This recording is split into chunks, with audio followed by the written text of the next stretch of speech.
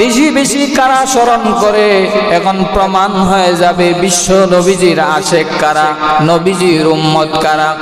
আল্লাহকে বেশি বেশি স্মরণ করার মানে হলো, তাফসীর কারক মুফাসসিরগণ বলেন, যারা নামাজ পড়বে, যারা জিকির করবে, ওয়াজ মাহফিলে যাবে, ওয়াজ নসিহত শুনবে, কোরআন তেলাওয়াতে লাগিয়ে থাকবে, ইবাদতে মগ্ন থাকবে, নবীজির উপর দুরূদ পাঠ করবে, অর্থাৎ সর্বদাই যারা মহান আল্লাহকে বেশি বেশি স্মরণ করবে, তারাই আপনি নবীজিকে মানবে। সুবহানাল্লাহ। হাজারো বেটা বেদনার পরে ফিরে আসনি তুমি আপন ঘরে, দিনের আলো তুমি সরিয়ে দিতে, চলে গেলে মদিনায় মক্কা ছেড়ে। হে রাসূল তোমাকে ভুলি আমি কেমন করে, হে রাসূল তোমাকে ভুলি আমি কেমন করে। খে না খে দিন প্রচারের কাজে নিজেকে দিয়েছ বিলিয়ে, তায়েফের কাফেরেরা চিনল না এ আলো, দুষ্ট ছেলেদের পিছু দিল লেলিয়ে। পাথরের আঘাতে ক্ষত বিক্ষত হয়ে সারা শরীর থেকে রক্ত ঝরে। হে রাসূল তোমাকে ভুলি আমি কেমন করে, হে রাসূল তোমাকে ভুলি আমি কেমন করে। হাজারো বেটা বেদনার পরে ফিরে আসনি তুমি আপন ঘরে, দিনের আলো তুমি সরিয়ে দিতে, চলে গেলে মদিনায় মক্কা ছেড়ে।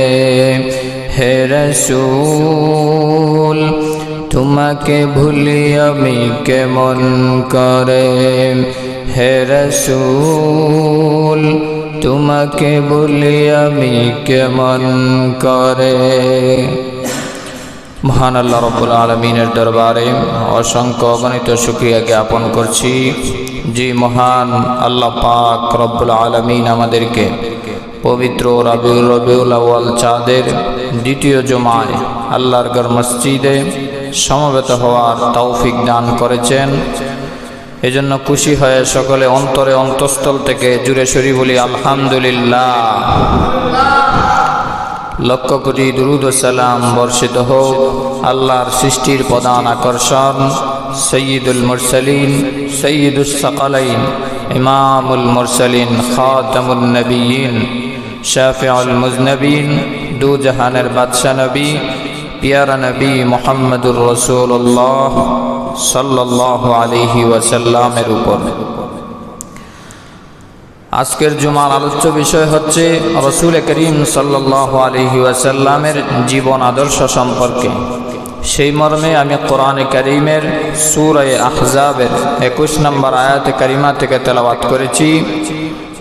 রাসূলুল্লাহ সাল্লাল্লাহু আলাইহি ওয়াসাল্লামের অসংখ্য অগণিত হাদিসের ভান্ডার থেকে একখানা হাদিসের টুকরা পরিবেশন করেছি। বিশ্বনবী রহমাতুল লিল আলামিনের জীবন আদর্শ সামনে রেখে অল্প কিছু সময় আলোকপাত করার চেষ্টা করব। আল্লাহ যেন আমাকে ইখলাসের নিয়তে বলার, আমাদের সবাইকে আমলের নিয়তে শোনার তৌফিক দেন। সবাই বলি আমিন। রাসূলুল্লাহ সাল্লাল্লাহু আলাইহি ওয়াসাল্লাম এমন একজন মহামানব ছিলেন যার সাথে কারো তুলনা হয় না, যার সাথে কারো স্ট্যাটাস হয় না, যার সাথে কাউকে সমান ভাবা যায় না। আর আমরা ভাগ্যের গুণে সেই নবীর উম্মত হতে পেরেছি। আমাদের এতই সৌভাগ্য যে কিয়ামতের কঠিন ময়দানে শেষ নবীর উম্মতদের আগে কেউ জান্নাতে প্রবেশ করতে পারবে না। আমাদের নবীজি দোয়া না করলে হাসরের দিন বিচার কার্য শুরু হবে না। আমরা এমন নবীর উম্মত, যেই নবীর উম্মত আগে জান্নাতে যাবে, তারপরে অন্য নবীর উম্মত জান্নাতে যাবে। সুবহানাল্লাহ। এতই পাওয়ার এই শেষ নবীর উম্মতের। যদিও নবীজিকে সর্বশেষে পাঠানো হয়েছে এবং নবীজির উম্মত সর্বশেষে এসেছে, কিন্তু এই নবীর এত দাম, এত পাওয়ার, এত সম্মান। অন্যান্য নবী এবং পয়গম্বরেরা দোয়া করতেন শেষ নবীর উম্মত হওয়ার জন্যে, আর আল্লাহ আমাদেরকে ভাগ্যের জুড়ে সেই নবীর উম্মত করেছেন। এজন্য সবাই বলি আলহামদুলিল্লাহ। আমার বানার ভাইয়েরা, বিশ্ব নবী রাহমাতুল লিল আলামিনের জীবনী, এটা অতুলনীয় একটি বিষয়। মহাসমুদ্রের মতো সাধারণ কোনো ছোট্ট কোনো ঘটনা নয়। পুরা 30 পারা কোরআনের তাফসীর করে যেরকম শেষ করার মতো নয়, নবীজির জীবনীটা হলো গোটা কোরআনের 30 পারা কোরআন। কোরআনের তাফসীর করে যেরকম শেষ করা যায় না, ঠিক তেমনি নবীজির জীবনীর আলোচনা করেও শেষ করা যাবে না। তারপরেও কয়েকটা পয়েন্ট থেকে নবীজির জীবন থেকে আমাদের জন্য কি শিক্ষা আছে, সেই বিষয়গুলা কয়েকটি তুলে ধরব। সর্বপ্রথম আমরা যেই কোরআনের আয়াত তেলাওয়াত করেছি, হাদিস তেলাওয়াত করেছি, এর তরজমাটুকু আমরা শুনব, তারপরে আমরা জীবনের দিকে যাব। আল্লাহ রাব্বুল আলামিন তার পেয়ারা হাবিব সম্পর্কে কোরআনে কারীমের ভিতরে সূরা আহজাবের 21 নম্বর আয়াতে আল্লাহ বড় সুন্দর করে জানায় দিলেন, লাকাদ কানা লাকুম ফি রাসূলিল্লাহি উসওয়াতুন হাসানা লিমান কানা ইয়ারজুল্লাহা ওয়াল ইয়াউমাল আখির ওয়া যাকারাল্লাহা কাসীরা। আল্লাহু আকবার। বিশ্ব নবী রাহমাতুল লিল আলামিন সম্পর্কে মহান আল্লাহ বলেন, রে পৃথিবীর মানুষেরা, অবশ্যই অবশ্যই আমার বন্ধুর জীবনের ভিতরে তোমাদের জন্য রয়েছে উত্তম আদর্শ, উত্তম নমুনা, উত্তম চরিত্র, উত্তম মডেল। আর নবীজির চরিত্র, নবীজির আদর্শ সবাই গ্রহণ করবে না, সবাই কিন্তু বিশ্ব নবীজিকে মানবে না। কারা কারা মানবে আল্লাহ সেটাও জানায় দিলেন, লিমান কানা ইয়ারজুল্লাহা ওয়াল ইয়াউমাল আখিরা ওয়া যাকারাল্লাহা কাসীরা। ওগো নবীজি, আপনার আদর্শ সবাই গ্রহণ করবে না, সবাই কিন্তু আপনাকে মানবে না। কারা মানবে ওগো নবীজি আপনি জানেননি?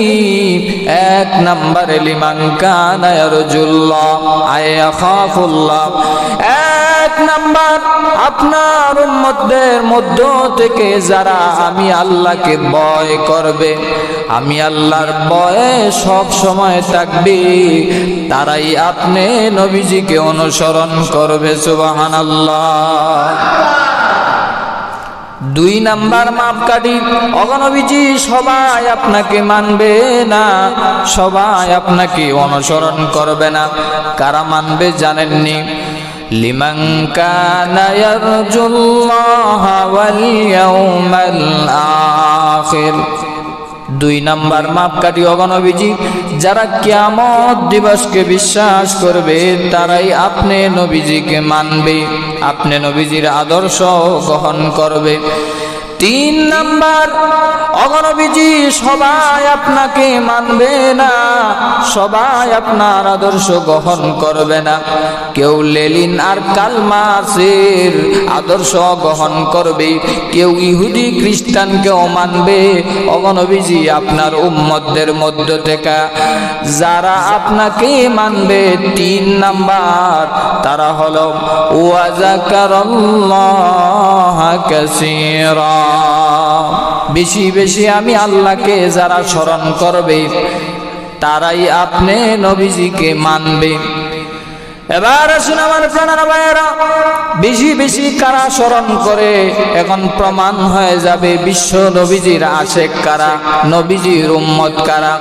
আল্লাহকে বেশি বেশি স্মরণ করার মানে হলো তাফসীর কারক মুফাসসিরগণ বলেন, যারা নামাজ পড়বে, যারা জিকির করবে, ওয়াজ মাহফিলে যাবে, ওয়াজ নসিহত শুনবে, কোরআন তেলাওয়াতে লাগিয়ে থাকবে, ইবাদতে মগ্ন থাকবে, নবীজির উপর দুরূদ পাঠ করবে, অর্থাৎ সর্বদাই যারা মহান আল্লাহকে বেশি বেশি স্মরণ করবে তারাই আপনি নবীজিকে মানবে। সুবহানাল্লাহ।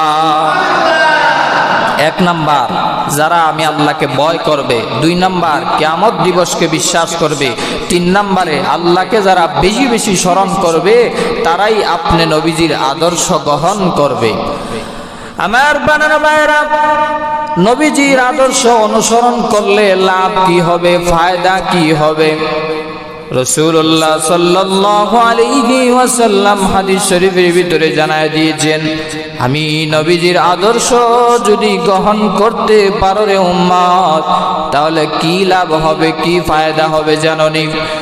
আল্লাহর হাবিব বিশ্ব নবী রাহমাতুল লিল আলামিন হাদিস শরীফের ভিতরে বলেন, ক্বালান নবিয়্যু সাল্লাল্লাহু আলাইহি ওয়াসাল্লাম, কুল্লু উম্মতি ইয়াদখুলুনাল জান্নাতা ইল্লা মান আবা। মুসলমান ভাইরা আমার, বিশ্ব নবী রাহমাতুল লিল আলামিন জানায় দেয়, যদি আমার অনুসরণ করতে পারো, আমার আদর্শ যদি তোমার ভিতরে রাখতে পারো, তাহলে আমি ঘোষণা দিলাম, কুল্লু উম্মতি ইয়াদখুলুনাল জান্নাহ, আমার প্রত্যেকটা উম্মতকে মহান আল্লাহ জান্নাতের মেহমান বানাবে। চিৎকার দিয়ে বলেন সুবহানাল্লাহ। বিশ্বনবীজির প্রত্যেকটা উম্মত জান্নাতি হবে, তবে রসুল মাফকারি দিয়ে দিলেন, শর্ত দিয়ে দিলেন, ইল্লা মান আবা, হরফে ইস্তেসনা আসছে। তবে যারা আবা তারা জান্নাতে প্রবেশ করতে পারবে না, জান্নাতের ঘ্রাণও পাবে না। সাহাবায়ে কেরাম প্রশ্ন করেন, কিলা মান আবা ইয়া রাসূলুল্লাহ, ওগো আল্লাহর নবী, বিশ্ব নবীজি, আবা কারা? রসুল বলেন, ক্বালা মান আতাআনি দাখালাল জান্নাহ। রে সাহাবায়ে কেরামের দল, আমি নবীজিকে যারা অনুসরণ করবে, যারা মানবে, আমার আদর্শ যারা গ্রহণ করবে, তারাই হবে জান্নাতি।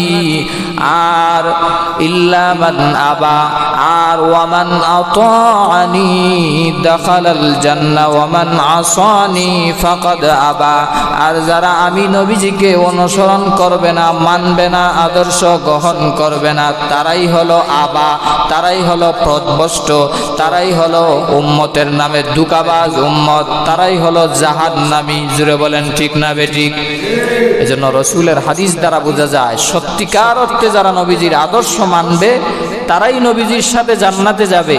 আর যারা নবীজির উম্মত হতে পারবে না, অর্থাৎ নবীজির উম্মতের বাহিরে থাকবে, নবীজির বিরুদ্ধাচরণ করবে, নবীজির অনুসরণ করবে না, তারাই হবে জাহান্নামী। এবার আসুন আমার প্রাণের ভাইয়েরা, আল্লাহর হাবিব বিশ্ব নবী রাহমাতুল লিল আলামিন যেভাবে রবিউল আউয়াল মাসে পৃথিবীতে এসেছিলেন, আবার এই রবিউল আউয়ালের চাঁদে বিশ্ব নবী জগৎ থেকে উম্মতদেরকে এতিম বানায়া পৃথিবীর জন্য চিরতরে বিদায় নিয়ে চলে গেছেন। বিশ্ব নবী রাহমাতুল লিল আলামিন কি মহান আল্লাহ তার হাবিবকে এতিম বানায়া পৃথিবীতে পাঠাইছেন যেন এতিমরা বলতে না পারে আমরা তো এতিম, নবীজি তো আমাদের দুঃখ বুঝবেন না। এই জন্য তার পেয়ারা হাবিব যখন মা আমেনার পেটে ছিলেন, 6 মাস যখন ছিল, তখনই বাবা দুনিয়া থেকে বিদায় নিয়ে চলে গেছেন, বাবা ইন্তেকাল করেছেন। আল্লাহর হাবিব বিশ্ব নবী রাহমাতুল লিল আলামিন দুনিয়াতে আসলেন। মা আমেনার মনে বড় কষ্ট, কারণ ছেলে দুনিয়াতে আসার পরে সবচাইতে বেশি খুশি হইতেন তার বাবা। তার বাবা আজ দুনিয়াতে বেঁচে নাই, এই জন্য মা আমিনার মনে কষ্ট। আহারে, তার বাবা দুনিয়াতে বেঁচে নাই, বাবা আজ থাকলে সন্তানকে কুলে নিলে কতই না খুশি হইতেন। মা আমিনার মনে দুঃখ। এক পর্যায়ে দাদা আব্দুল মুত্তালিব সন্তানকে কুলে নিলেন, নাতিকে কুলে নিলেন। দাদা আব্দুল মুত্তালিব পুত্রের সামনে দাঁড়ায়া, তাঁবুর সামনে দাঁড়ায় দাঁড়ায় ডাকতেছি। ওই তায়ের থেকে আসা সাদিয়া গোত্রের লোকদেরকে ডাক দিয়া বলে, এই তাঁবুর ভিতরে এতিম একটা বালক আছে, যদি মন চায় তাহলে নিয়ে যেতে পারো, টাকা করি বেশি দেওয়া যাবে না। আব্দুল মুত্তালিব বলার সাথে সাথে তায়েব থেকে এসেছিলেন ভাগ্যবতী মহিলা হালিমাতুস সাদিয়া রাদিয়াল্লাহু তাআলা আনহা। স্বামীর সাথে পরামর্শ করলেন, একেবারে খালি হাতে ফিরে যাওয়ার চাইতে যদি অন্তত দেখতে ভালো হয়, চেহারা যদি ভালো হয় তাহলে নিয়ে যাব। শিশু মুহাম্মদ সাল্লাল্লাহু আলাইহি ওয়াসাল্লামকে যেমনি মাত্র হালিমাতুস সাদিয়া কুলে নিলেন, কুলে নেওয়ার সাথে সাথে হালিমাতুস সাদিয়া রাদিয়াল্লাহু আনহা বলেন, আমার মনে হলো আকাশের পূর্ণিমার চাঁদটা আমার বুকে ধরা দিয়েছে। সুবহানাল্লাহ। মুসলমান ভাইরা রে আমার, বিশ্ব নবী রাহমাতুল লিল আলামিনকে যেমনি মাত্র হালিমাতুস সাদিয়া কুলে নিলেন, মা হালিমা ডাক দিয়া বলেন, আমার স্তনের ভিতরে কোনো দুধ ছিল না, কয়েকদিন যাবৎ আমি উপবাস ছিলাম, আমার ঘরে কোনো খাবার ছিল না। যেমনি আল্লাহর পেয়ারা হাবিবকে আমি কুলে নিলাম, শিশু মুহাম্মদকে কুলে নেওয়ার সাথে সাথে আমার দুনোটা স্তনে ভরপুর দুধ হয়ে গেল। সুবহানাল্লাহ। মা হালিমা ডাক দিয়া বলেন, যেই গাধা সবার পিছনে এসেছিল, আজ যাওয়ার বেলায় সেই গাধা সবার আগে আগে চলে গেল। এই শিশু মুহাম্মদকে আমি কুলে নেওয়ার সাথে সাথে আমি যখন বাড়িতে গেলাম, তায়েফে যখন ফিরে গেলাম, ছাগলের ওলানে দুধ ছিল না, দুধ ফিরে আসলো, আমার ফলন হয়ে গেল, ভরপুর ফসল হলো, সব কিছুতে আমি বরকত পাইলাম। মনে মনে ভাবতে লাগলাম, এটা কোনো সাধারণ কোনো সন্তান নয়, সাধারণ কোনো ছেলে নয়, হয়তো আল্লাহ রব্বুল আলামিন তার কুদরতি ভাবে তার বন্ধুকে আমার কোলে ধরা দিয়েছেন। সুবহানাল্লাহ। ভাগ্যবতী মহিলা হালিমাতুস সাদিয়া রাদিয়াল্লাহু তাআলা আনহা শিশু মুহাম্মদুর রাসূলুল্লাহকে লালন পালন করতে লাগলেন, দুধ খাওয়াচ্ছেন। ডান দিকের স্তন যখন মুহাম্মদুর রাসূলুল্লাহ সাল্লাল্লাহু আলাইহি ওয়াসাল্লামের মুখে লাগালেন, ডান স্তন উনি দুধ পান করতেছেন, আবার মা হালিমা বাম দিকের স্তন দিলেন। বারবার দেওয়ার পরে দেখা যায় শিশু মুহাম্মদ বাম দিকের স্তন মুখে লাগাচ্ছে না, যেন ইশারায় বুঝাইতে চায়, ও হালিমা তুমি কি জানো না এই বাম দিকের স্তনটা হলো আমার দুধ ভাই আব্দুল্লাহর জন্য, সেও তো দুধ পান করতে হবে, আমি তো ভাইয়ের হক নষ্ট করার জন্য আসি নাই, আমি এসেছি রাহমাতুল লিল আলামিন হিসাবে, মহান আল্লাহ আমাকে পাঠাইছেন, ভাইয়ের হক যেন আমি ফিরিয়ে দিতে পারি। সুবহানাল্লাহ। যেই নবী শিশুকালে বায়ের হক বুঝায় দেয়, সেই নবীর উম্মত হয়ে আজকে বায়ের হক নষ্ট করে আসে না নাই? রে কলিজার টুকরা যুবক ভাইয়েরা, বিশ্ব নবী রাহমাতুল লিল আলামিনকে মা আমিনা যখন 2 বছর বয়সে তায়েব পুত্র থেকে নিয়ে আসলেন, বিশ্ব নবী রাহমাতুল লিল আলামিন ছোট বাচ্চাদের সাথে চলে গেলেন, জঙ্গলের ভিতরে চলে গেলেন, মাঠে চলে গেলেন, ছোট ছোট ছেলেদের সাথে খেলাধুলা করতেছেন। সন্ধ্যা ঘনিয়ে আসলো।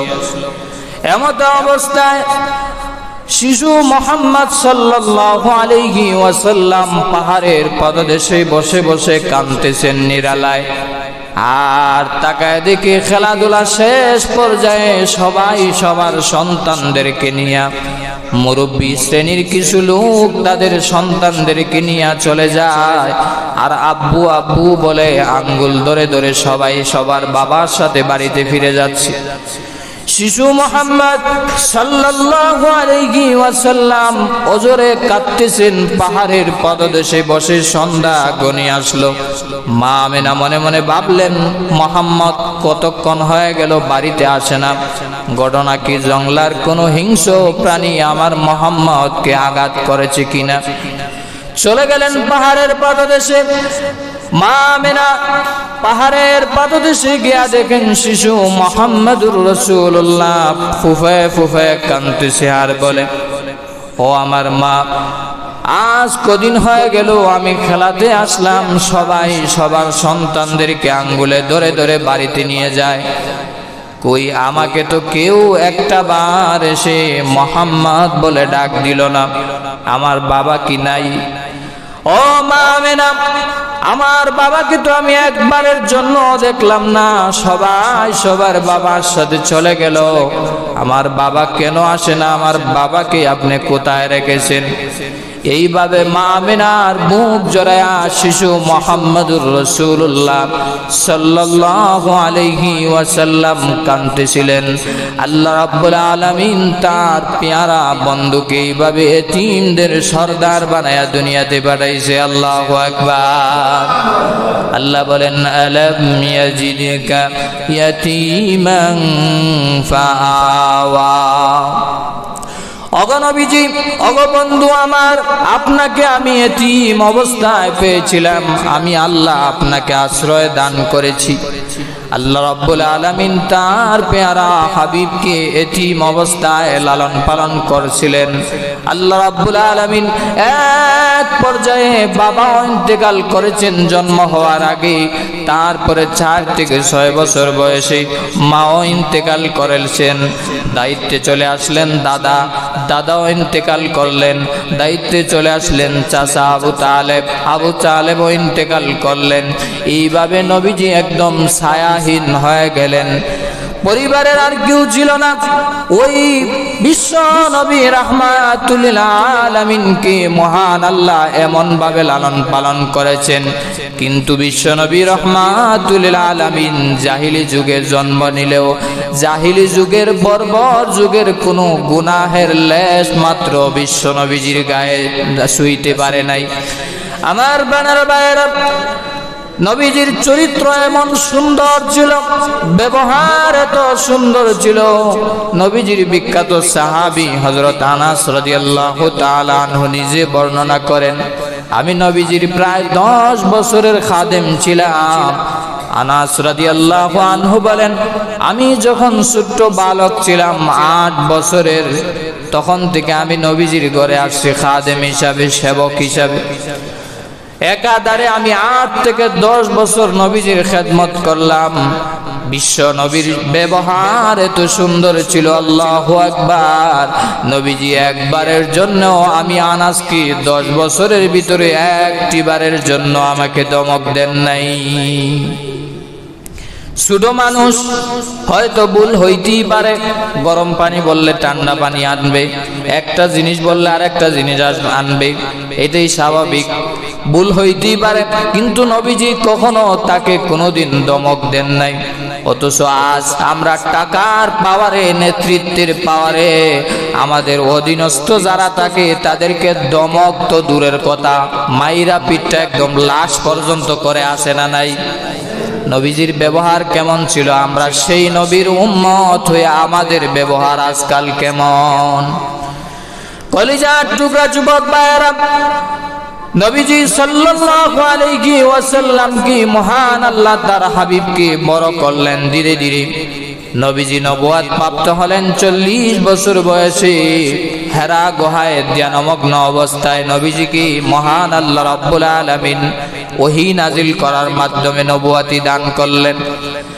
মক্কার বেঈমান কাফেরেরা নবীজির কথা মানতেছিল না। বিশেষ করে মিস্টার আবু জাহেল, আবু লাহাব, উতবা, শাইবা, ওয়ালিদ ইবনে মুগীরা, আবু সুফিয়ান সহ মক্কার বড় বড় লিডারেরা নবীজির বিরুদ্ধে তারা আইন জারি করেছে। দারুন নদওয়া নামক বৈঠকে বসেছে। নবীজিকে হত্যা করার নীল নকশা পর্যন্ত তারা আঁকছে। বিশ্ব নবীজি সাল্লাল্লাহু আলাইহি ওয়াসাল্লাম একদিকে মা হারা, বাবা হারা, সন্তান হারা, সর্বহারা নবীজি কাঁদতেছেন কাবার পাদদেশে বসে বসে। এমন সময় নবীজি সাল্লাল্লাহু আলাইহি ওয়াসাল্লাম মনে মনে ভাবলেন, যেহেতু মক্কার কাফেরেরা আমার আপনজনেরা দাওয়াত গ্রহণ করতে অনেক বিলম্ব করতেছে, লেট করতেছে, আমি দূরে কোথাও যাই, গিয়া আল্লাহ রাব্বুল আলামিনের আনিত বিধান ইসলামের দাওয়াত পৌঁছে দিই। নবীজির মনে আঘাত নিয়া, কষ্ট নিয়া মক্কা থেকে কয়েকশো মাইল দূরে তায়েফে চলে গেলেন দ্বীনের দাওয়াত দেওয়ার জন্য। না জায়গা জমিনের কোনো দ্বন্দ্ব ছিল, জায়গা জমিনের কোনো লেনদেন করার জন্য গেছেন একমাত্র কোরআনের দাওয়াত নিয়া, আল্লাহ রাব্বুল আলামিনের কালিমাত দাওয়াত নিয়া নবীজি গেলেন। শত শত মাইল পাড়ি দিয়ে এই মরুভূমির প্রান্তরে কত কষ্টের জায়গা, যারা গিয়েছেন তায়েফে তারা বলতে পারেন। আমার বানারা ভাইরা, মুহাম্মদুর রাসূলুল্লাহ সাল্লাল্লাহু আলাইহি ওয়াসাল্লাম ইসলামের দাওয়াত নিয়ে, কালিমার দাওয়াত নিয়ে চলে গেলেন তায়েফে। ওইদিকে তায়েফের কাফেরেরা এত অশৃঙ্খল ছিল, এত বিশৃঙ্খল ছিল, তারা এত খারাপ ছিল, এত জঘন্য ছিল। নবীজি যখন কালিমার দাওয়াত দিলেন, বলেন কুলু লা ইলাহা ইল্লাল্লাহ তুফলিহুন। রে তায়েফের কাফেররা, বেঈমানেরা, যদি তোমরা আমি নবীজির হাতে কালিমা পড়ে মুসলমান হয়ে যাও, তোমরা সফল হইবা, কামিয়াব হইবা, আল্লাহ তোমাদেরকে জান্নাত দিব। কিন্তু বুড়ো বুড়ো আকারের কিছু মুরব্বী শ্রেণীর কিছু লোক ছিল, যারা যুবকদেরকে লেলিয়ে দিয়েছে। সে তো কালিমার দাওয়াত দিতে আসে নাই, সে এসেছে পাগলামি করার জন্য। জুড়ে বলেন নাউজুবিল্লাহ। কলিজার টুকরা যুবক ভাইয়েরা, 3 দিনের না খাওয়া নবীজি তায়েফে চলে গেলেন দাওয়াতি কার্যক্রম শুরু করার জন্য, দাওয়াত দেওয়ার জন্য। নবীজি কাঁদতে কাঁদতে তায়েফে গেলেন। নাহারে তায়েফের মানুষ না জানি আমার হাতে কালিমা পড়ে যদি মুসলমান হয়, আমার ভিতরে আর কোনো দুঃখ থাকবে না, কষ্ট থাকবে না। যেহেতু আমার নিজের আপনজনেরা আমাকে দুঃখ দিয়েছে, কষ্ট দিয়েছে। নবীজির জর্জরিত, কান্না জড়িত মন নিয়ে তায়েফে চলে গেলেন। তায়েফে যাওয়ার পরে যখন ইসলামের দাওয়াত দিতেছেন, ইসলামের প্রচার প্রসার যখন করতেছেন, সাথে ছিলেন হযরত যায়েদ রাদিয়াল্লাহু তাআলা আনহু। আমার বানার ভাইয়েরা, হৃদয় বিদারক ঘটনা। তায়েফের বেঈমান কাফেরেরা নবীজির কালিমার দাওয়াত তো গ্রহণ করে নাই, আরো দুষ্ট দুষ্ট যুবকদেরকে নবীজির পিছনে লেলিয়ে দিয়েছে। আর বিশাল বিশাল পাথর দিয়া বলেছে, পাগল এসেছে, পাগলকে পাথর দিয়া মেরে তায়েফ থেকে খেদাই করে দাও, বিদায় করে দাও। জুড়ে বলেন নাউজুবিল্লাহ। তায়েফের কাফেরেরা চিনল না এ আলো, দুষ্ট ছেলেদের পিছু দিল লেলিয়ে।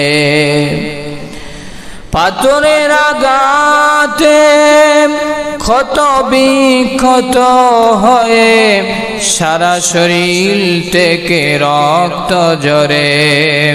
হে রাসূল তোমাকে ভুলি আমি কেমন করে, খেয়ে না খেয়ে দিন প্রচারের কাজে নিজেকে দিয়েছ বিলিয়ে।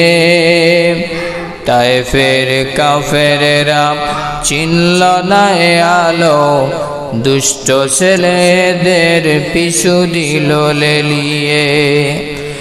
আমার প্রাণের ভাইরা, ওই তায়েফের ময়দানে নবীজি যাওয়ার পরে সারিবদ্ধভাবে দুই লাইনে কাফেরেরা দাঁড়িয়ে গেল। পাথর নিয়ে নবীজিকে বারবার পাথর দিয়ে আঘাত করতেছে। যেই নবীজির চেহারা এত সুন্দর ছিল, আহারে আমার তো ভাবতে অবাক লাগে, সেই নবীজির উপর কিভাবে নিষ্ঠুর কাফেরেরা কিভাবে পাথরের আঘাত করলে নবীজিকে রক্তাক্ত করলো।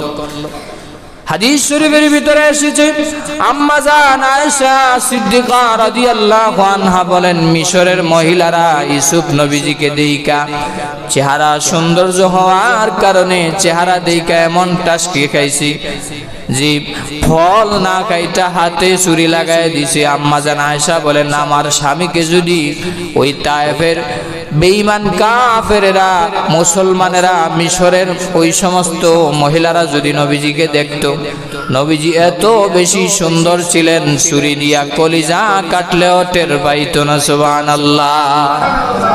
সেই নবীজির চেহারায় তায়েফের নিষ্ঠুর কাফেরেরা, দুষ্ট আকৃতির ছেলেরা পাথর দিয়ে আঘাত করতে করতে নবীজির শরীর রক্তাক্ত করে দিয়েছে। আমার বানার ভাইয়েরা, তায়েফের ময়দানে এক পর্যায়ে নবীজি ক্লান্ত হয়ে গেলেন। একবার যখন পাথরের আঘাত আসতেছি, নবীজিকে আবারও তায়েফের দুষ্ট কাফেরেরা আবারও হাতে ধরে তারা আবারও দাঁড় করালো।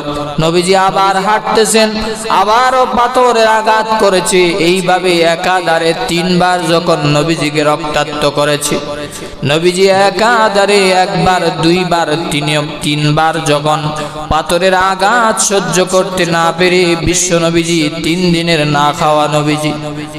অপরদিকে বেঈমান কাফেরেরা সবাই নবীজির বিরুদ্ধে। নবীজি এক পর্যায়ে পাথরের আঘাত সহ্য করতে না পেরে মাটিতে লুটায়া পড়েছেন। আমার প্রাণের ভাইয়েরা, ওই তায়েফের ময়দান আজও সাক্ষী হয়ে আছে। তখন সময় আকাশের সমস্ত ফেরেশতারা কাঁপতেছিল, আল্লাহর আরশ পর্যন্ত তরতর করে কাঁপতেছিল।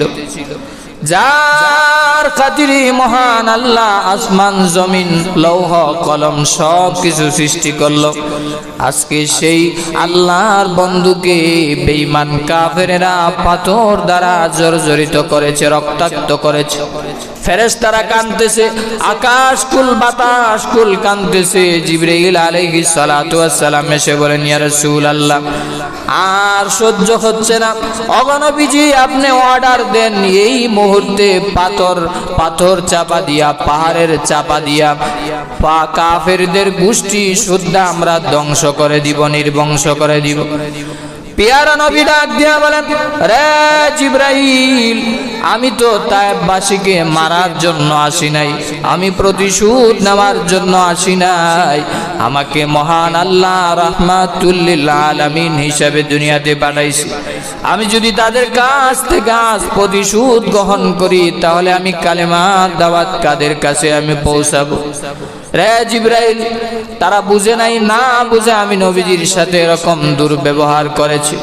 আল্লাহর দরবারে কান্না জড়িত কণ্ঠে হাত উত্তোলন করলেন। আমার প্রাণের ভাইয়েরা, ওই তায়েফের ময়দানে বিশ্ব নবীজি রক্ত জনিত অবস্থায় আল্লাহর দরবারে যখন কাঁদতেছেন আর ডাক দিয়া বলেন, নগো আল্লাহ, তায়েফবাসীরা আমাকে চিনতে পারে নাই, এই জন্য তারা আমাকে পাথর দ্বারা আঘাত করেছে। আমি তাদের কাছ থেকে কোনো প্রতিশোধ নিতে চাই না। এই রক্তের বিনিময়ে তামাম পৃথিবীতে ইসলামের পতাকা আপনি উড্ডীন করে দিয়েন। সুবহানাল্লাহ। তায়েফবাসী সমস্ত কাফিরদেরকে আপনি হেদায়েতের নূর তাদের অন্তরে জ্বালায় দিয়েন। আল্লাহর হাবিব বিশ্ব নবী রাহমাতুল আলামিন দোয়া কমপ্লিট করে এক পর্যায়ে নিতর দেহ এক পর্যায়ে ঘুম এসে গেল। ঘুম যখন শেষ হয়ে গেল, দেখলেন, তাকায় দেখেন এক ঠকবকে যুবক, আত্তাস নামক এক যুবক এক পেয়ালা আঙ্গুরের রস নিয়ে বিশ্ব নবীজিকে দিলেন আঙ্গুরের রস পান করার জন্যে। কলিজার টুকরা যুবক ভাইয়েরা, বুখারী শরীফের ভিতরে এসেছে ওই যুবকের নাম ছিল আত্তাস। আত্তাস এসে নবীজিকে সালাম দিয়ে বলেন, হুজুর, আমার পক্ষ থেকে এক গ্লাস অথবা এক পেয়ালা আঙ্গুরের রস আপনি পান করুন। নবীজি 3 দিনের না খাওয়া, অপর দিকে পাথরের আঘাত করে জর্জরিত করেছি কাফেরেরা। নবীজি যখন আঙ্গুরের রস পান করলেন, স্বস্তির একটা শ্বাস ফেললেন। আর ডাক দিয়া বলেন, রে যুবক, তোমার নাম তো আত্তাস। সে বলে, হুজুর, ঠিকই আছে, আমার নাম আত্তাস। বিশ্বনবীজি বলেন, রে আত্তাস, তোমার বাড়ি হলো ইউনুস আলাইহিস সালাতু ওয়াস সালামের এলাকায়। যুবক ডাক দিয়া বলে, হুজুর, আমার নাম আত্তাস আপনি জানলেন কিভাবে? আবার আমার বাড়িও ইউনুস নবীর এলাকা, আপনি জানলেন কিভাবে? বিশ্ব নবী রাহমাতুল আলামিন ডাক দিয়া বলেন, রে আত্তাস, ইউনুস আলাইহিস সালাতু ওয়াস সালাম নবী, আমিও আল্লাহর প্রেরিত একজন পয়গম্বর। নবী নবীর খবর জানবে, এটাই হলো স্বাভাবিক। জুড়ে বলেন সুবহানাল্লাহ। কান্না জড়িত কণ্ঠে মুহাম্মদুর রাসূলুল্লাহ সাল্লাল্লাহু আলাইহি ওয়াসাল্লাম এক পর্যায়ে তায়েফের কেউ যখন মুসলমান হইল না, এক পর্যায়ে নবীজির কোরআন তেলাওয়াত শুনে এক জাত জিন জাতি যাইতেছিল তায়েফের উপর দিয়া। জিন জাতি এসে নবীজির কোরআন তেলাওয়াতে মুগ্ধ হইয়া বিশাল জিনের এক গোষ্ঠী এসে নবীজির হাতে কালিমা পড়ে মুসলমান হয়ে গেছে। জুড়ে বলেন সুবহানাল্লাহ। আমার বানানো ভাইরা, বেঈমান কাফেররা, মক্কার কুরাইশ কাফেররা নবীজির বিরুদ্ধে সব সময় তারা ষড়যন্ত্র করত।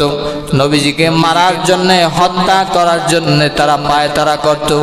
কিন্তু নবীজির কণ্ঠে, মিষ্টি কণ্ঠে কোরআন তেলাওয়াত শোনার জন্য তারা রাতের আধারে নবীজির ঘরের 4 কর্নারে দাঁড়ায় যাইত। সুবহানাল্লাহ।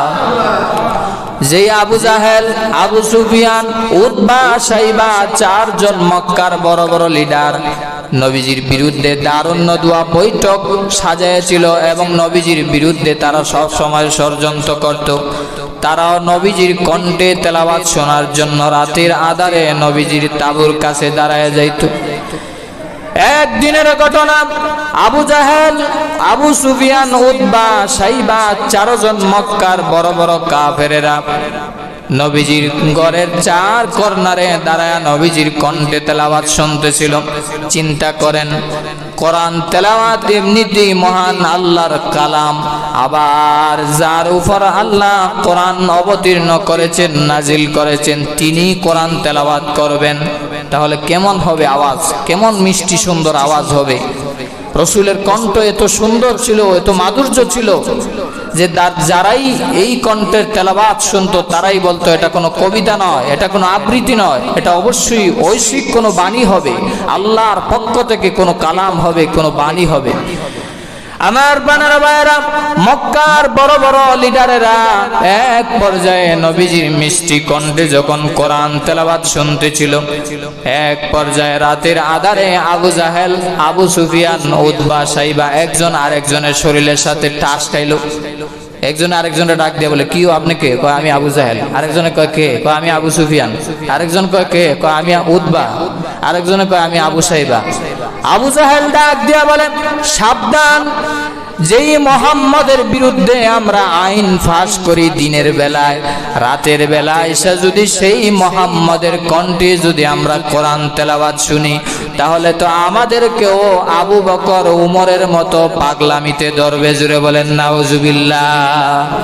আবু জাহেল ডাক দিয়া বলল, আমার হাতে হাত মিলাও, আবু সুফিয়ান, উতবা, সাইবা, ওয়াদা করো, তাওবা করো, আগামী কাল থেকে মুহাম্মদের কণ্ঠে আর কোরআন তেলাওয়াত শুনতে আসবে না। তারা বলল, লিডার ঠিক আছে, আগামী কাল থেকে আমরা আর আসবো না। তারা চারজন ওয়াদাবদ্ধ হলো। রাতের আধারে যখন আবারও নবীজির কণ্ঠে কোরআন তেলাওয়াতের ধ্বনি আসতেছিল, চারজন মনে মনে ভাবতেছে, আবু জাহেল তো নিজেই নেতা, নিজে নিজে ভাবতেছে কেউ তো আসবে না, যেহেতু আমার একটা ক্ষমতার পাওয়ার আছে, আমার একটা অধিকার আছে, গতকাল আমি ওয়াদা করেছি কেউ আসবে না, আমি আজকে একা মজা করে সারা রাত আমি কোরআন তেলাওয়াত শুনবো। আবু সুফিয়ানও মনে মনে ভাবলো কেউ আসবে না, আমি আজকে কোরআন তেলাওয়াত একা একা শুনবো। এইভাবে চারজন মনে মনে ভাবতে লাগলো। চারজনই আল্লাহর নবীজির ঘরের কর্নারে, চার কর্নারে দাঁড়াইয়া কোরআন তেলাওয়াত শুনতেছিল। আমার প্রাণের ভাইয়েরা, বিশ্ব নবী রাহমাতুল আলামিনের সমুদর কণ্ঠে কোরআন তেলাওয়াত এতই সুন্দর ছিল, আল্লাহর হাবিবের কণ্ঠে যতই কোরআন তেলাওয়াত শুনতেছিল, তারা মনে মনে ভাবতেছিল আরেকটু শুনে নেই, তাহলে বাড়িতে যাব, আরেকটু শুনে নেই, এরপরে বাড়িতে যাব। এইভাবে আরেকটু করতে করতে ফজরের আজান হয়ে গেল। দাঁড়ানো থেকে বসারই সুযোগ পাইল না, বাড়িতে যাবে দূরের কথা। ভোরের আলো যখন হয়ে গেল, একজন আরেকজনের সাথে টাচ লাগছে। কয় কে? কয় আমি আবু জাহেল। আরেকজনকে আমি আবু সুফিয়ান। আরেকজনকে আমি উতবা, আমি সাইবা। বলে গতকালকে তো আমি ওয়াদা করিয়েছিলাম তোমাদেরকে না আসার জন্য, আজকে কেন আসলা? আবু সুফিয়ান কয়, আবু জাহেল মাতবাড়ি সব জায়গায় করেন না মিয়া, আপনি গতকালকে ওয়াদা করেছেন, আপনি কেন আসছেন এটা আগে কোন? আবু জাহেল ডাক দিয়ে বলে, সত্যি আমার ভাতিজা মোহাম্মদের কণ্ঠে আল্লাহর কোরআনের তেলাওয়াত অসাধারণ মজা লাগে, এটা কোনো কবিতা আবৃত্তি নয়। তবে আমরা এইভাবে আমরা যদি কোরআন তেলাওয়াত শুনি, আমরাও একদিন তার হাতে কালিমা পড়ে মুসলমান হয়ে যাব। এজন্য খবরদার, আজ থেকে আমি আইন জারি করব, কেউ যেন আর কোরআন তেলাওয়াত না শুনে। কোরআনের বিরুদ্ধে আইন জারি করে দিল। জুড়ে বলেন নাউজুবিল্লাহ। আবু জাহেল যেই আইন জারি করেছিল, সেই আইন আল্লাহ কোরআনে রেকর্ড করে দিয়েছেন। কারণ আবু জাহেল চলে গেলেও ভবিষ্যতে আবু জাহেলের নাতিপুতিরা দুনিয়াতে আসবে কি আসবে না? আরো জোরে বলেন, আসবে কি আসবে না? আবু জাহেল ডাক দিয়ে বলেছিল, ওয়াকালাল্লাযীনা কাফারু লা তাসমাউ লিহাযাল গাওফি। আল্লাহ রাব্বুল আলামিন কোরআনে কারীমের ভিতরে জানায় দিলেন, আবু জাহেল যে আইন পাশ করেছিল, আবু জাহেল ডাক দিয়া বলেছে তোমরা কোরআন শোনার জন্য আসবা না। যদি কোরআন শোনার জন্য আসো, তাহলে তোমাদেরকে আমি বহু শাস্তির সম্মুখীন করব। কোরআন থেকে দূরে সরিয়ে দিয়েছিল। অথচ যতই মানুষকে কোরআন থেকে দূরে সরিয়ে দিয়েছিল, ততই মানুষ আরো নবীজির প্রতি দাবিত হয়েছিল। নবীজিকে কাফেরেরা পাগল বলে আখ্যায়িত করেছে। লোকেরা বলে পাগল কেমন হয়ে গিয়া দেখে আসি। যেমনি মাত্র দেখতে যায় নবীজির নোরানি চেহারা দেইকা নিজে কালিমা পড়ে মুসলমান হয়ে যায়। সুবহানাল্লাহ। যেই বেঈমান কাফেরেরা নবীজির চেহারা দেইকা মুসলমান হয়েছে, আজ সেই নবীর চরিত্র নিয়া, সেই নবীর বিরুদ্ধে আজ কত রকমের ষড়যন্ত্র আছে না নাই? আরো জোরে বলেন, আছে না নাই?